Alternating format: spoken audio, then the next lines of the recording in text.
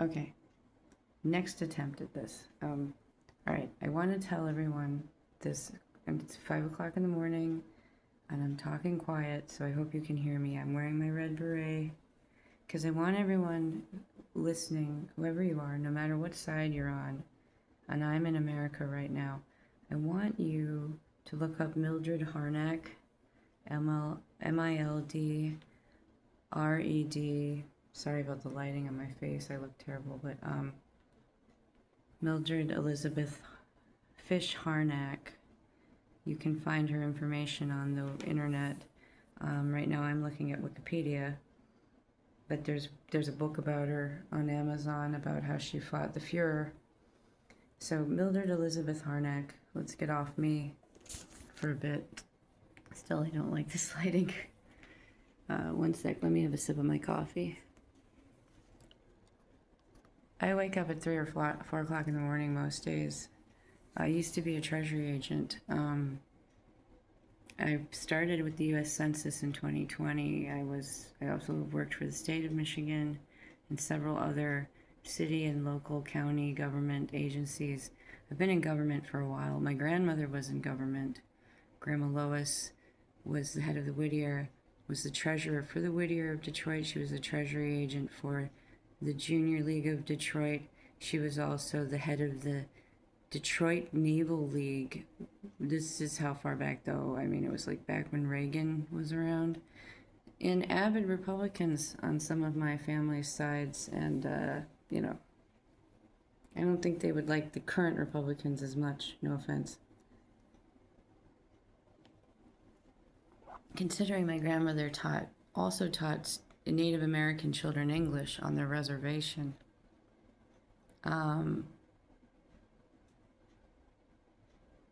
That's how my grandma rolled. So back off my grandma though. Great person. It's on my dad's side. Yeah, and this is coffee, just so people can see it's coffee.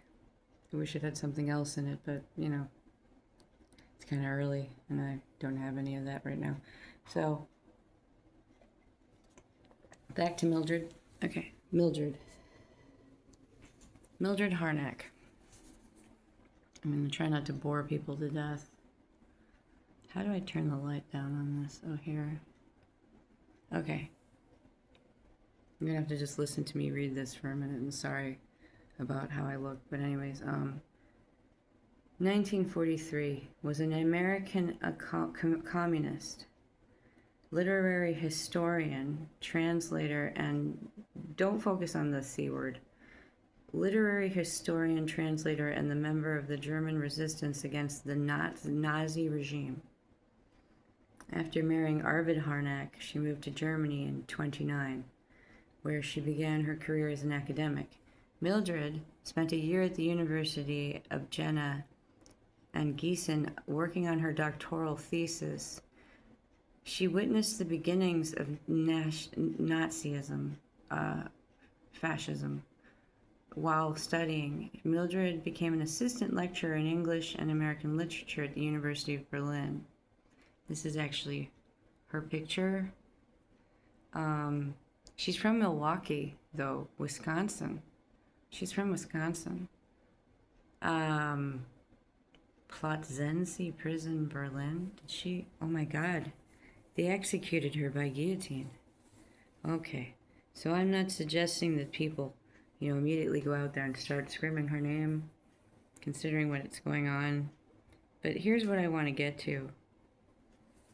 What Mildred did in 1932, Mildred and her husband Arvid began to resist the Nazism.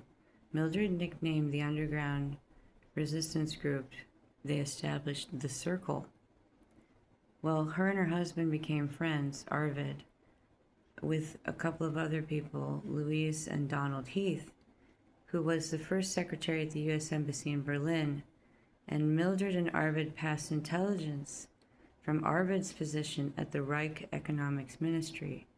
Between 35 and 40, the couple's group intersected with 3 other anti-fascist resistance groups. The most important of these was run by Luftwaffe Lieutenant Haro Schultz Boysen. Like numerous groups in other parts of the world, the undercover political factions led by Harnack and Schultz-Boysen later developed into an espionage network, collaborating with Soviet intelligence to defeat the Führer. I'm not going to say his name. The prior Führer in Germany. This Berlin anti-fascist espionage group, the Circle, was later named the Red Orchestra, or Rote Kapelle, and please forgive me if I screwed this up, by the Abwehr. My mother would be better at this. I'm German, but I don't speak good German well. The couple were arrested in 1942 and executed. They were executed in 1942, and the war ended, I believe, in 1945, 3 years before the war ended. So, what she did, rest in death, I don't really want to go into that, her life. During their time, the Harnacks witnessed the Weimar-Dämmerung, the unraveling of the German Republic. He became interested in the Soviet Union and communism as a solution to rampant poverty and unemployment Germany suffered during the Great Depression. They were of particular interest for Harnack. Her mother had struggled during the hyperinflation of the 1920s after the loss of her husband when he was a teenager. Wow. Their interest in capitalism waned, and they both believed, so they lived through the Great Depression. They both believed that the economic system was ideologically bankrupt. They looked to the Soviet Union's new experimental 5-year plans, blah, blah, look it up. Scientific Work Community for the Study of the Soviet Planned Economy. Okay, but the main thing she did was she was a woman who went to Wisconsin and came back to Germany deliberately. She deliberately returned to Germany. I want to get to that real quick.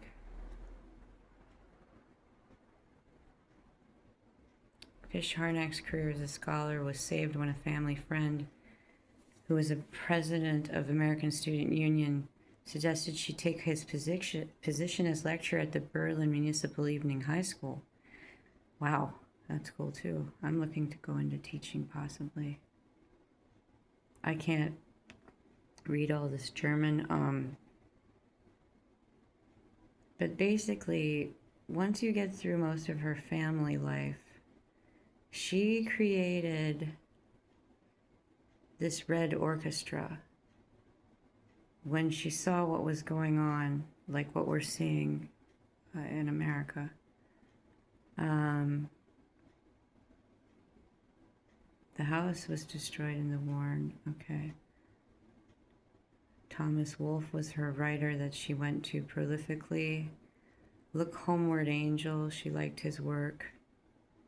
What else? Okay. A Jewish German Norwegian writer, close friend of the Harnacks, who attended the Tea Party, had to leave Germany after the Kristallnacht. If anyone remembers that. It is unclear which of the Harnacks organized his escape. Her work began to be noticed, and she became a published writer in the 1930s. And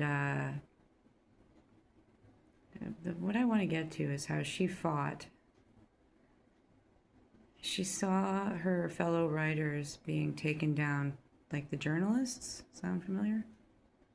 And having to have, here's what it says. After 1935, Fish Harnack did not publish any literary criticisms, essays, or newspaper articles, as the increasing presence of the Nazi regime made any writings a rubber stamp for official views.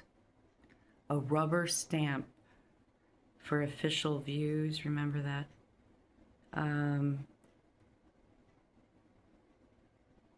She hid her true feelings about what was going on in Germany. She went on a campus lecture tour to New York and Chicago and Wisconsin. And then they described her as vivid and full of charm. She went to visit her relatives during a tour and left in the spring to go back to Berlin. I would not have gone back. I don't know. She was working on her doctoral dissertation about writing in American literature and the novel and the short story. She was refused her fellowship with Guggenheim and Rockefeller, even though she applied in 41.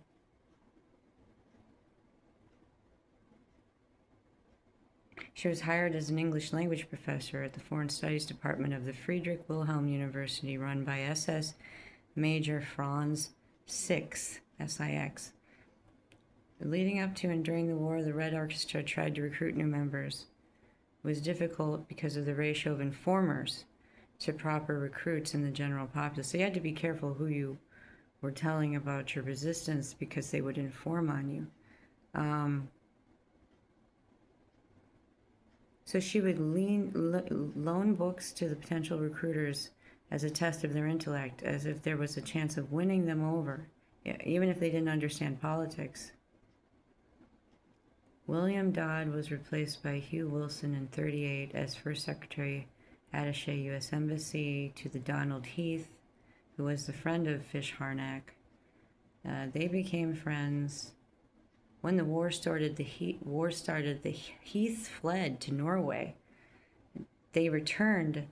They requested that Fish Harnack tutor her son, Donald Heath Jr., and at times Harnack and Donald would meet in the countryside to exchange intelligence. I'm not going to go into any further.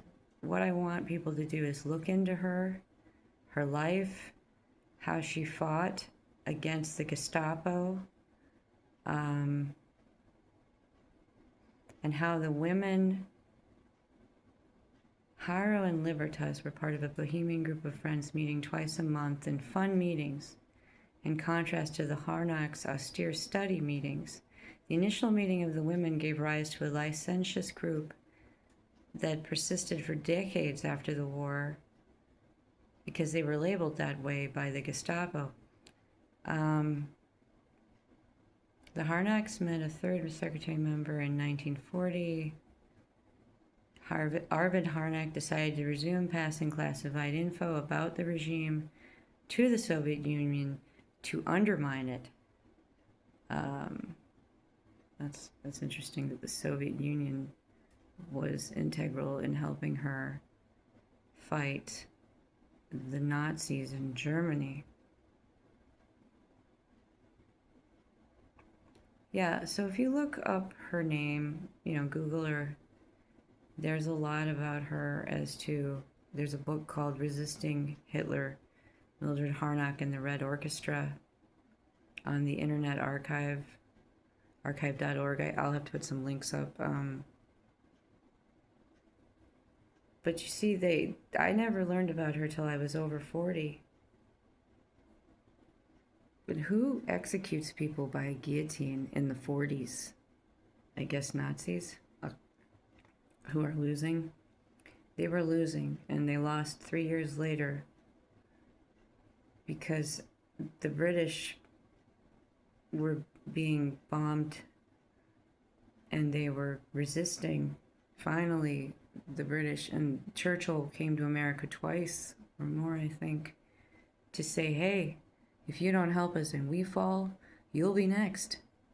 Because I'm sorry, but that's how fascism works. I might get in trouble for posting this. So, right here, though, is the most poignant thing. Mildred Harnack, an American literature scholar, and her German husband, Arvid, were central figures in the Red Orchestra, an anti-Nazi resistance network passing intelligence to the Soviets and helping the Jews escape Nazi Germany, leading to their arrest, trials, and Harnack's execution by Hitler's order in 1943 as the only American woman executed as a conspirator in World War II. The group provided crucial economic and military info, but were betrayed, leading to mass arrests by the Gestapo, who dubbed them the Red Orchestra.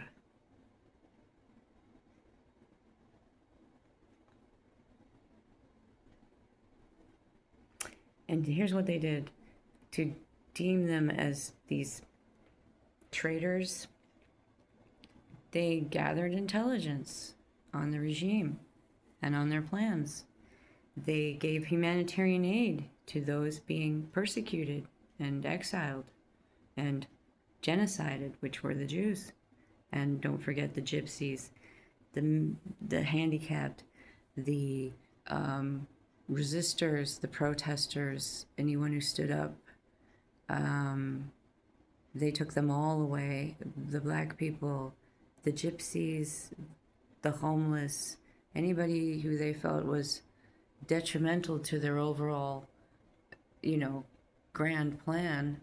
And then she was betrayed, arrested and tried, convicted of espionage. Is that similar to insurrection? Hitler's intervention sentenced her to prison initially and then personally ordered her sentence to death. She was guillotined in Berlin, February 1943, as noted by Wisconsin Life. And this woman was an American from Wisconsin.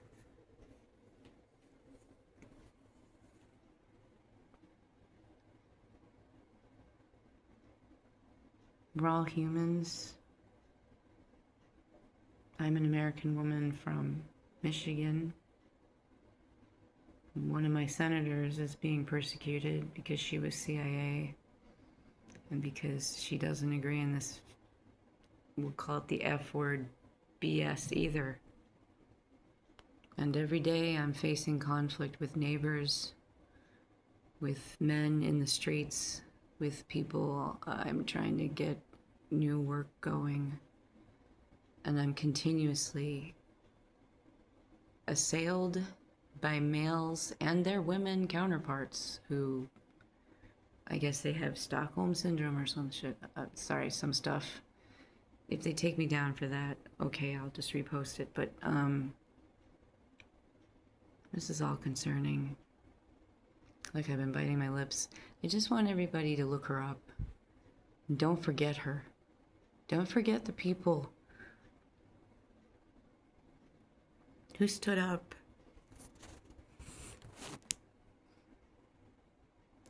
And didn't back down.